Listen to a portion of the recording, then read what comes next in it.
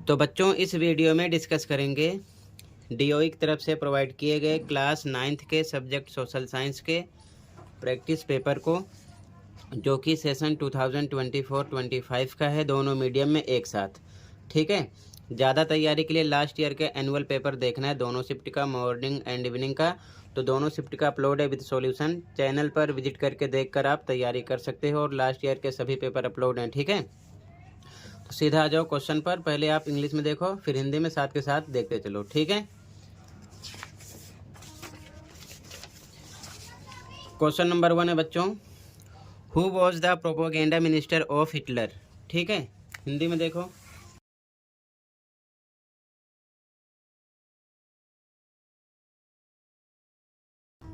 पहला क्वेश्चन है, हिटलर के प्रचार मंत्री का क्या नाम था।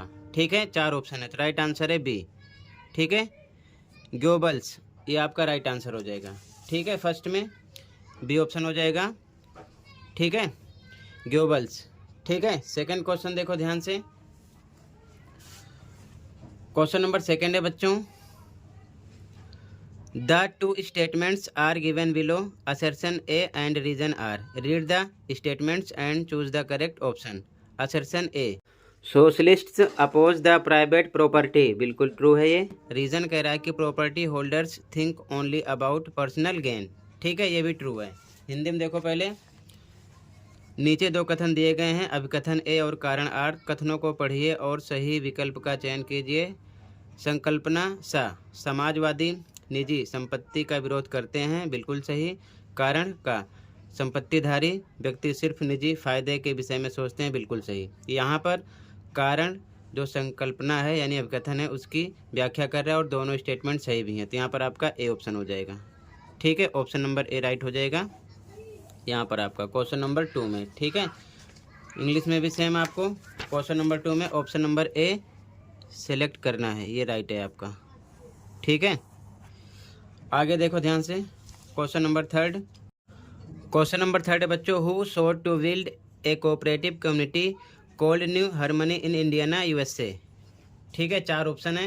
हिंदी में क्वेश्चन देखो, किसने इंडियाना अमेरिका में नया समन्वय यानी न्यू हार्मनी के नाम से एक नए तरह के समुदाय की रचना का प्रयास किया। तो राइट आंसर हो जाएगा रॉबर्ट ओवेन, डी ऑप्शन हो जाएगा यहाँ पर आपका करेक्ट। ठीक है, ऑप्शन नंबर डी राइट हो जाएगा, यहाँ पर ध्यान रखना। ठीक है, रॉबर्ट ओवेन।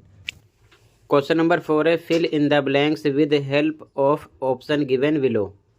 क्वेश्चन है, dash was the ruler of Russia and its entire empire in 1914। 4 option है, पहले हिंदी में देखो क्वेश्चन को। ठीक है, उचित विकल्प की सहायता से रिक्त स्थान की पूर्ति कीजिए। 1914 में रूस और उसके पूरे साम्राज्य पर डैश शासन था, किसका शासन था, जार निकोलस सेकंड का। ठीक है, बी ऑप्शन राइट हो जाएगा यहाँ पर। ठीक है, tsar Nicholas second, option B right हो जाएगा। ठीक है, अगला क्वेश्चन देखो ध्यान से।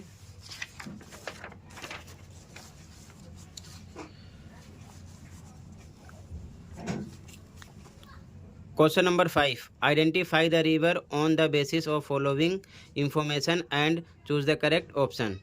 लेंथ, ओरिजिन, ट्रिब्यूटरी, इसके बारे में मेंशन किया गया है। हिंदी में देखो पहले क्वेश्चन नंबर 5 हिंदी में है, दी गई जानकारी के आधार पर नदी की पहचान कीजिए एवं सही विकल्प का चयन कीजिए। लंबाई, उद्गम स्थल, सहायक नदियाँ बताया गया है।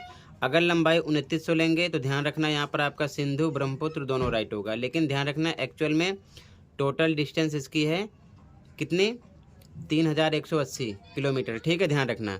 अगर हम उद्गम स्थल की बात करेंगे तो मानसरोवर झील जो है सिंधु का भी सेम है, ब्रह्मपुत्र का भी सेम है, ये चीज़ ध्यान में रखना। ठीक है, इसके बाद में अगर आप सहायक नदियाँ की बात करोगे तो सहायक नदियों में जास्कर, नुब्रा, श्योक, ये जो हैं ये केवल सिंधु में आती हैं। ठीक है, तो इसीलिए ब्रह्मपुत्र ऑप्शन आपका नहीं रहेगा, यहाँ पर आपका बी ऑप्शन हो जाएगा सिंधु। लेकिन ध्यान रखना अगर यहाँ पर 3180 किलोमीटर दिया होता तब भी आपको सिंधु ही लगाना होता, ये चीज़ ध्यान में रखना। ठीक है, क्लियर है। तो यहाँ पर आपका ऑप्शन नंबर बी राइट हो जाएगा।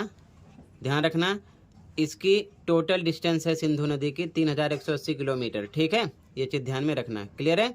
लेकिन यहाँ पर जो सहायक नदियों के बारे में मेंशन किया गया है ये इस ऑप्शन में नहीं है, ठीक है ना, ब्रह्मपुत्र में नहीं, तो ब्रह्मपुत्र ऑप्शन आपका राइट होता है यहाँ पर, क्योंकि टोटल तीनों चीज़ें मिलती है अगर इसका जो ट्रिब्यूटरी के बारे में मेंशन है ये क्लियर होता तो, ठीक है। इसलिए यहाँ पर आपका बी ऑप्शन राइट हो जाएगा सिंधु, लेकिन इसकी टोटल डिस्टेंस 3180 भी ध्यान रखे रहना, ठीक है, क्लियर है।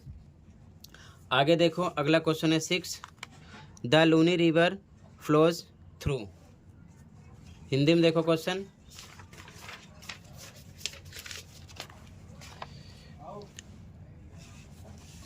लूनी नदी बहती है तो भारतीय मरुस्थल में, ठीक है, डी ऑप्शन हो जाएगा इसका, भारतीय मरुस्थल में, ठीक है, डी ऑप्शन, इंडियन डेजर्ट।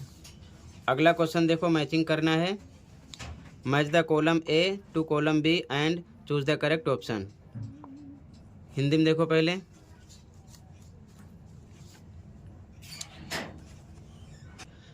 स्तंभ का मिलान स्तंभ खा से करके उचित विकल्प का चयन कीजिए। स्तंभ खा अरुणाचल प्रदेश, तो ये सबसे कम जनसंख्या घनत्व वाला राज्य है, ठीक है। सेकंड हो गया केरल, जो है वो आपका सबसे अधिक साक्षरता दर वाला राज्य है, ठीक है। बिहार जो है सबसे अधिक जनसंख्या घनत्व वाला राज्य है, ठीक है, फर्स्ट का हो जाएगा इससे, तो यहाँ पर आपका डी ऑप्शन हो जाएगा, ठीक है। अरुणाचल प्रदेश इसका सेकंड है, ठीक है, केरल थर्ड, बिहार का फर्स्ट हो जाएगा, डी ऑप्शन हो जाएगा, ठीक है। तो ए का सेकंड, बी का थर्ड, सी का फर्स्ट, ठीक है। अगला क्वेश्चन देखो, read the following information and choose the correct term for it. Citizen have complete freedom to follow any religion but there is no official religion. Government treats all religious beliefs and practices with equal respect. 4 option है, ठीक है। हिंदी में देखो question number 8, निम्नलिखित जानकारी को पढ़िए और उसके लिए सही पारिभाषिक शब्द का चयन कीजिए। नागरिकों को किसी भी धर्म को मानने की पूरी स्वतंत्रता है, लेकिन कोई भी धर्म आधिकारिक नहीं है। सरकार सभी धार्मिक मान्यताओं और आचरणों को समान सम्मान देती है। तो कौन सा ऑप्शन राइट होगा, तो यहाँ पर हो जाएगा पंथ निरपेक्ष, ठीक है, बी ऑप्शन हो जाएगा। बाकी गणराज्य, प्रभुत्व संपन्न, न्याय, ये तीनों रॉन्ग है, ठीक है। यहाँ पर आपका बी ऑप्शन हो जाएगा सेकुलर, ठीक है ना, बी ऑप्शन हो जाएगा, ठीक है। आगे देखो,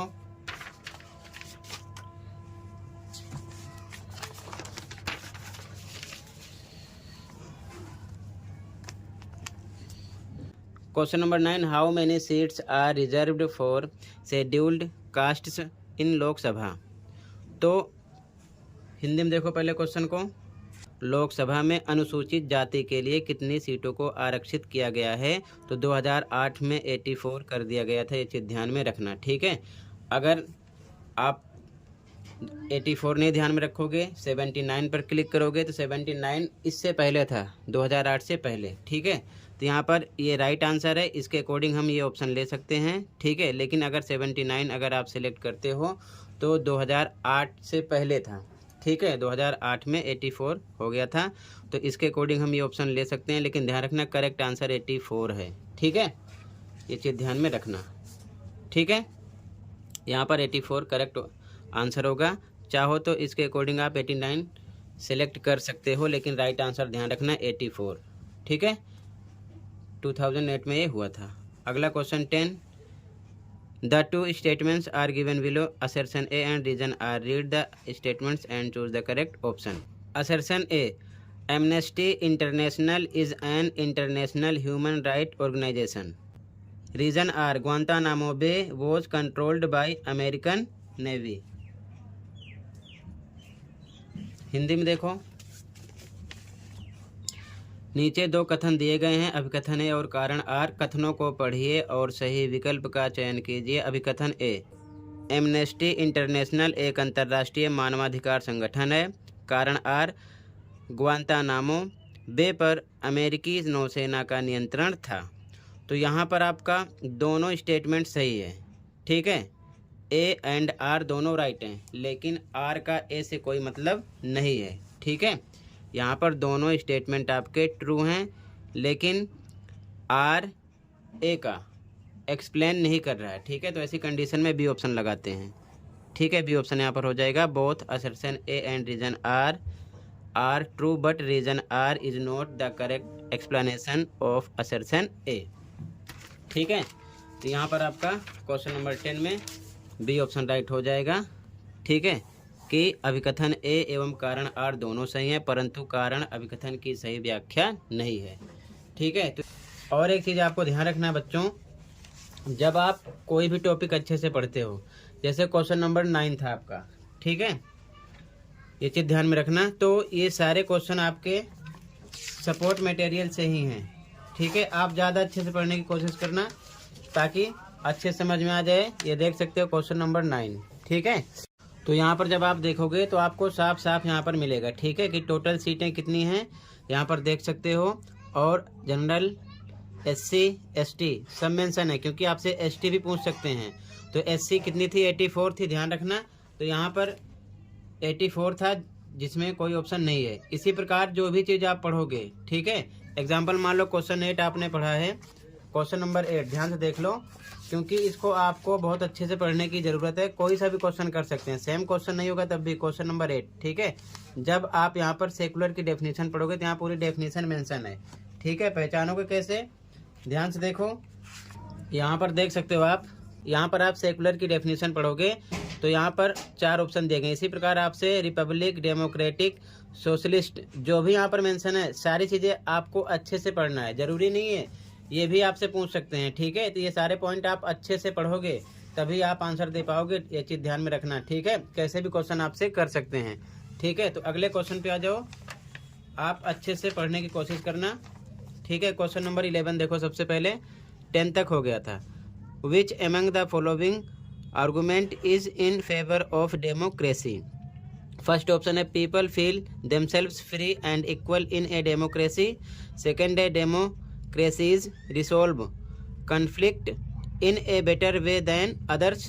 थर्ड है democratic government is more accountable to the people. ठीक है, हिंदी में देखो पहले क्वेश्चन नंबर 11। सपोर्ट मटेरियल्स मैं आपको इसलिए समझाता चल रहा हूँ ताकि आप और अच्छे से पढ़ना। ठीक है, क्वेश्चन कैसे भी कर सकते हैं। निम्नलिखित में से कौन सा तर्क लोकतंत्र के पक्ष में है? पहला है लोकतंत्र में लोग खुद को स्वतंत्र और समान मानते हैं। दूसरा, लोकतांत्रिक व्यवस्था दूसरों की तुलना में टकरावों को ज़्यादा अच्छे से सुलझाती है। तीसरा है लोकतांत्रिक सरकारें लोगों के प्रति ज़्यादा उत्तरदायी होती हैं। तो यहाँ पर तीनों चीज़ें क्लियर हैं, लोकतंत्र की सही डेफिनेशन है, उसके पक्ष में है। ठीक है, तो यहाँ पर पहला ऑप्शन था केवल 1, केवल 2, केवल 1 व 3, और चौथा था 1, 2, 3, तीनों सही हैं। तो तीनों सही हैं, तो यहाँ पर आपका डी ऑप्शन हो जाएगा। ठीक है ना, तीनों बातें लोकतंत्र के पक्ष में हैं। ठीक है, तो यहाँ पर आपको डी ऑप्शन सेलेक्ट करना है। ठीक है, ऑप्शन नंबर डी यहाँ पर आपका हो जाएगा राइट। ठीक है, क्लियर है? इंग्लिश मीडियम में भी आपको option number D all 1, 2 and 3 select करना है। ठीक है, अगला क्वेश्चन देखो, क्वेश्चन नंबर 12। अगला क्वेश्चन नंबर 12 है who among the following is a part of the politic executive? 4 option है। ठीक है, तो हिंदी में पहले क्वेश्चन को देख लो। क्वेश्चन नंबर 12 है निम्नलिखित में से कौन राजनैतिक कार्यपालिका का हिस्सा होता है? तो जिलाधीश, गृह मंत्रालय का सचिव, गृह मंत्री, पुलिस महानिदेशक। तो यहाँ पर राइट आंसर हो जाएगा गृह मंत्री। ठीक है, home minister, C option right हो जाएगा क्वेश्चन नंबर 12 में। ठीक है, ऑप्शन नंबर सी राइट हो जाएगा। यहाँ पर भी आपको C option home minister select करना है। ठीक है, बाकी तीनों रॉन्ग हैं। क्लियर है? अगला क्वेश्चन देखो, क्वेश्चन नंबर 13। अगला क्वेश्चन नंबर 13 है बच्चों, which of these was the most salient underlying conflict in the making of democratic constitution in south Africa? Hindi में देखो क्वेश्चन, पहले 4 ऑप्शन है, क्वेश्चन नंबर 13। ठीक है, दक्षिण अफ्रीका का लोकतांत्रिक संविधान बनाने में इनमें से कौन सा टकराव सबसे महत्वपूर्ण था? तो दक्षिण अफ्रीका और उसके पड़ोसी देश ये नहीं था, स्त्रियों और पुरुषों का ये भी नहीं था। सी ऑप्शन है गोरे अल्पसंख्यक और अश्वेत बहुसंख्यक। तो यही आपका राइट आंसर है। ठीक है, ऑप्शन नंबर सी राइट हो जाएगा यहाँ पर। ठीक है, क्वेश्चन नंबर 13 में ध्यान रखना, ऑप्शन सी राइट हो जाएगा यहाँ पर, between the white minority and the black majority. ठीक है, ऑप्शन नंबर सी राइट हो जाएगा यहाँ पर आपका क्वेश्चन नंबर 13 में। ठीक है, आगे देखो ध्यान से।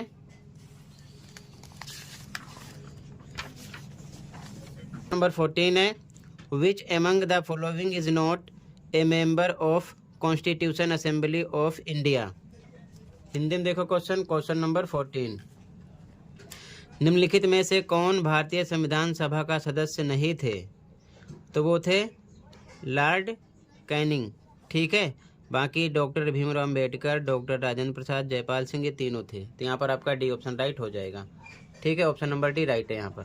ठीक है, तो यहाँ पर आपका ऑप्शन नंबर डी राइट हो जाएगा, लॉर्ड कैनिंग। ठीक है, अगला question number 15, which of the following is an example of primary sector activity. Hindi में देखो क्वेश्चन, निम्नलिखित में से कौन सा प्राथमिक क्षेत्र की गतिविधि का उदाहरण है? तो यहाँ पर राइट आंसर हो जाएगा आपका ऑप्शन नंबर सी, खनन। तो यहाँ पर आपका ऑप्शन नंबर सी राइट हो जाएगा, खनन।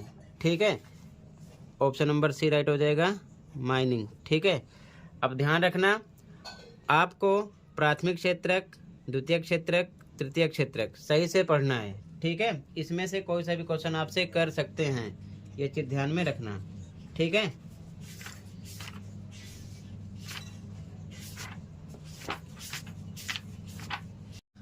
यहाँ पर आप देख सकते हो। ठीक है, इस टॉपिक को सपोर्ट में से अच्छे से तैयार करना। अर्थव्यवस्था के क्षेत्रक, प्राथमिक, द्वितीयक, तृतीयक। तो प्राथमिक में ये सब है, ठीक है ना, खनन भी है। तो इसलिए यहाँ पर पूछा गया था क्या कि प्राथमिक क्षेत्र की गतिविधि का उदाहरण, तो क्या आ गया, खनन।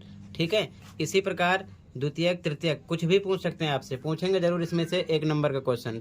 तो ये सभी एग्जाम्पल आपको अच्छे से पढ़ना है, प्राथमिक, द्वितीयक, तृतीयक के हिसाब से। अपने मीडियम के अकॉर्डिंग सपोर्ट मटेरियल ओपन कर लेना, वहाँ से अच्छे से तैयार करना। इसमें से क्वेश्चन हर बार बनाए जाते हैं, MCQ। ठीक है, ध्यान रखना। क्लियर है, आगे आ जाओ क्वेश्चन नंबर 16 पर। ठीक है, क्वेश्चन नंबर 16 है, the work force population includes those people whose age is. ध्यान से देखो, हिंदी में सबसे पहले क्वेश्चन को। क्वेश्चन नंबर 16 है, श्रम बल जनसंख्या में वे लोग शामिल किए जाते हैं जिनकी उम्र होती है। तो ध्यान से देखो, यहाँ पर मेंशन किया गया है, आप अच्छे से अगर पढ़ोगे तो आपके समझ में आएगा। ठीक है, यहाँ पर आप देख सकते हो, इसे कार्यबल भी बोला जाता है। ठीक है, कार्यबल, कार्य का मतलब श्रम। ठीक है ना, एज है 15 वर्ष से 59 वर्ष। ठीक है, तो यहाँ पर आपका श्रम बल का मतलब कार्य बल 15 से 59 के बीच, ए ऑप्शन राइट हो जाएगा। ठीक है, सपोर्ट को बहुत अच्छे से आपको पढ़ना है, उसमें से काफ़ी क्वेश्चन आपको मिलेंगे। ठीक है, ए ऑप्शन राइट हो जाएगा यहाँ पर आपका, ये चीज़ ध्यान में रखना। ठीक है, अगला क्वेश्चन नंबर 17 देखो ध्यान से, the two statements are given below, assertion A and reason R. Read the statements and choose the correct option. Assertion A है, in India the accepted calories requirement for above property line is 2400 calories per person per day in rural areas, while it is 2100 calories per person per day in urban areas.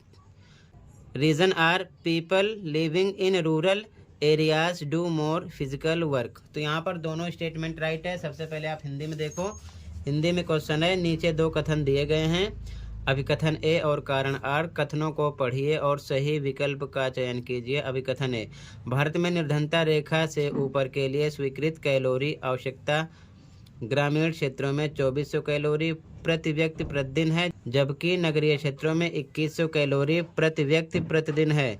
कारण are कह रहा है, ग्रामीण क्षेत्रों में रहने वाले लोग अधिक शारीरिक कार्य करते हैं। दोनों बातें सही हैं। ठीक है, तो स्टेटमेंट को आप जब समझोगे तो आपको सपोर्ट का सहारा लेना पड़ेगा। ठीक है, या किताब से आप अच्छे से पढ़ सकते हो।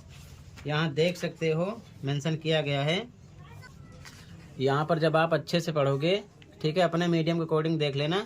ठीक है, सपोर्ट में यहाँ पर मेंशन किया गया है, ग्रामीण क्षेत्रों में 2400 कैलोरी प्रति व्यक्ति प्रतिदिन है और शहरी क्षेत्रों में 2100 है। ठीक है, तो ये बात क्लियर हो गई। और इनको ज़्यादा से ज़्यादा शारीरिक श्रम की ज़रूरत पड़ती है। ठीक है, यानी कि ज़्यादा से ज़्यादा ये काम करते हैं। तो यहाँ पर दोनों बातें राइट हैं। ठीक है, तो जो कारण है अभिकथन की सही व्याख्या भी है तो इस कंडीशन में ए ऑप्शन लगाते हैं। अभिकथन ए एवं कारण आर दोनों सही हैं एवं कारण अभिकथन की सही व्याख्या है। यहाँ पर ए ऑप्शन हो जाएगा। ठीक है, आप अच्छे से पढ़ोगे तो आपके समझ में पूरी बात आ जाएगी। ठीक है,